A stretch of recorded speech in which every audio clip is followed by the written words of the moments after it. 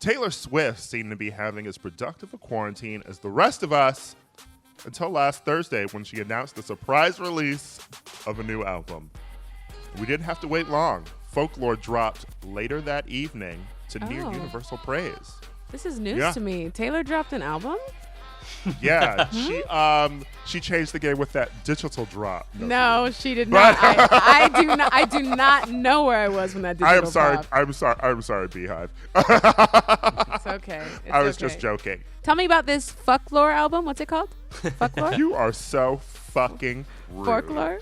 Listen, Folklore, which she created with the help of Aaron Dessner of The National, who we love. Yes. We love The National. Jack Antonoff also, hops on some tracks. Because when isn't he on one of the white girls' pop albums? Yeah. Mm-hmm. He That's lives all and breathes. He does. He lives and breathes. He goes from house to house, from Taylor's to Lana's to Lord to Carly's to the chicks, like all over the place. Right. He is everywhere. He's the white whisperer. Yeah. I asked to work with him, and he said no. He really only works with white women. He is Aparna from Indian Matchmaking. He is looking to work with someone a little bit more fair, okay? Fair skin and nice, please. But here's my thing about this album. We talked about Lover last year on the show. And my thing about Taylor Swift has always been that her music, since its inception, when we started realizing that she wrote songs about her love interest, and about her reactions to how she's depicted in the press. Each album has sort of been a response to what people are thinking about her. Reputation was largely about the Kanye West, Kim Kardashian drama. There was a lot of snake imagery because people were calling her a snake online. Then there was Lover, a sort of back to basics album of her really trying to get into songwriting and emotion because she felt that with Reputation she was ignored by the Grammys, like a place that has routinely celebrated her, and she really thought that she had to get it right. And weirdly, during quarantine, this album feels rushed, but it also feels necessary in a way that I would say a Taylor Swift album has never felt. And it's stripped down in terms of production, and I feel like that really highlights her songwriting. I think she's a very good songwriter, and an album like this wouldn't be able to hold up without good songwriting to go with the stripped down nature of it. It's not 1989, which is just bombastic, like pop and production and things to distract you from the lyrics of Shake It Off. I will say, I feel like the thing Taylor Swift historically for me has done best is match the kind of high school drama of her lyrics with bombastic production. That's why I like 1989 the best. Like it plays up the torrid relationships with, really theatrical production. And so instinctively, I would say that something really pared down where you're focusing on the imagery of her songwriting would be something I dislike. But I would say for an album that really eschews a big pop hook, like there's nothing super Swedish feeling about this album at all. You know what I mean? It does carry me throughout it, even if I'm not obsessed with it. I still think her lyrics feature too much of what I would call like the imagery is way too pleasing to me. Like every image she brings up to me sounds like desktop wallpaper or dorm room poster. Or, it's like it's all about like streetlights and lipstick and Levi's and white shirts. I know exactly what you're saying. I am acting like I didn't like the album, which I didn't, but I do because it is clearly it's clearly a departure from her most recent work because I was so tired of the like synth pop, all this stuff she was doing that just indie pop, trying to make things literally work for her. And yeah, that was fun. I cannot deny the fact that Taylor Swift is one of the best songwriters that we have in pop right now. But the production on this was absolutely beautiful and haunting, transformative. Aaron Dessner did an amazing job. And this is the only album she could release right now. I needed something pensive, something thoughtful. This really reminds me of the very first Taylor Swift album that we got, her debut album that is called Taylor Swift. And it just reminds me, again, of a young girl with her guitar and her ideas. And that's what I loved about Taylor Swift. Now, on the flip side, these lyrics are awful. I have not heard a single line that I enjoy. Like, they're all nonsensical, abstract, fucking catch-all fortune cookie lyrics. And it's just a snooze fest. Like, nothing is cohesive. Nothing feels good to me. It's just kind of nice. And that's how I feel about she goes about for the whole nice album. a lot. I also like something that alienates me from the quote unquote like gritty reality of what she's singing about, because she's going for something gritty and earthy here. Is that one, again, routinely I don't know what she's talking about, and two, she insists on this dreamlike quality, this fairy tale thing. Like, again, we're bringing up Peter Pan and Wendy. There's a Gatsby aspect to the song about the holiday house and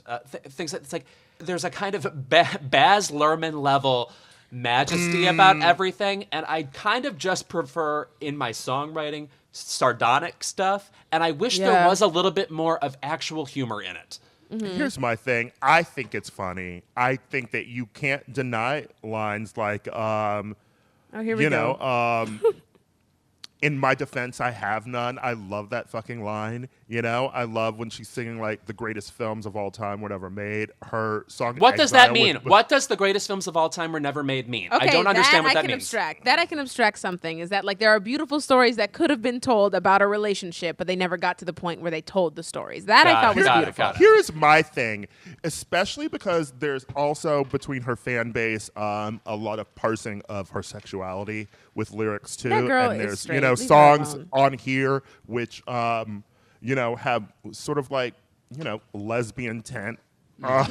Particularly Betty, but this is an album where it's not from her perspective too. It's an album where it's called Folklore because she's telling stories and doing things from other perspectives, and I think that helped her step outside of the box of responding to what people were thinking about her. And I would say that lyric, you're like, what does that mean? It reminds me of Visions of Gideon, a song by Sufjan Stevens, who I would also compare to this album. I feel like she was emulating a lot of Sufjan's work on this. Yeah. Invisible String is very Sufjan Stevens. I'm not the biggest Sufjan stan. I've been getting more into him lately through my best friend, but I will say that like when I did listen to him and the work that I have really dove into, and just the lore around Sufjan and the way that we discuss him has always been like, is he writing about Jesus? Is he writing about being gay?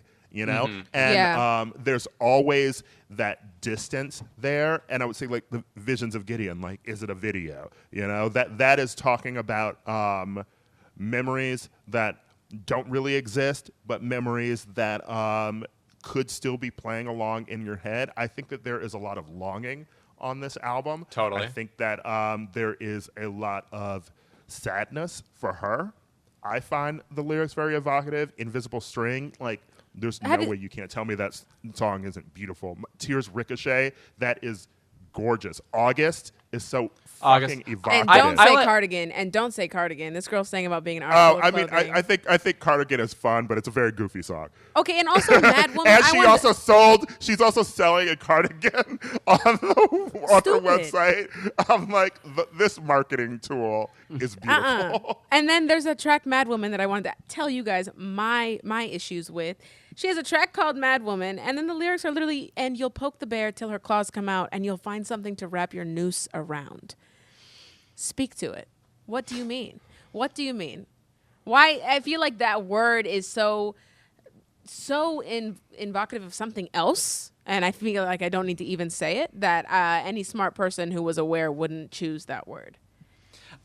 I think also, historically, something I've called an issue with Taylor Swift is that I feel like what she's interested in is pretty small. Like, it's about glorification of the drama of relationships a lot of the time. But then I think about the history of popular songwriting, and namely the people we call geniuses and that we've celebrated since the beginning of rock and roll, for example, is all men glorifying women and treating aloof women as goddesses that are just out of reach, etc. So in a way, Taylor Swift taking up this being the preeminent songwriter of our time is a course correction, I think, and I am happy about that.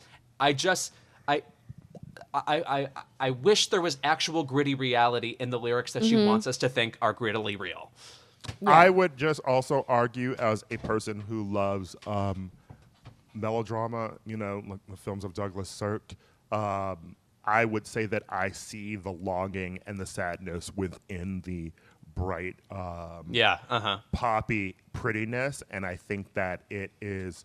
There's a thing, about films like Written on the Wind and Magnificent Obsession, where you see like Jane Wyman surrounded by beauty and surrounded by color and lushness, and then she goes blind, and I feel like that makes it all the more sadder, and I think that there is sadness and there is longing in her writing about things that connect with a lot of young girls and women, and I think that people, were also trying to bring up comparisons to, like Billie Eilish or like Phoebe Bridger and et cetera, whatever, but I feel like this is very much the tradition of the music that I've been rewatching the OC. I said, like, the music that we were listening to that was on the OC, like music of the Definitely. OC Volume 4, Yeah. that's when like people were really listening, like Sufjan, Def Cab for Cutie, etc.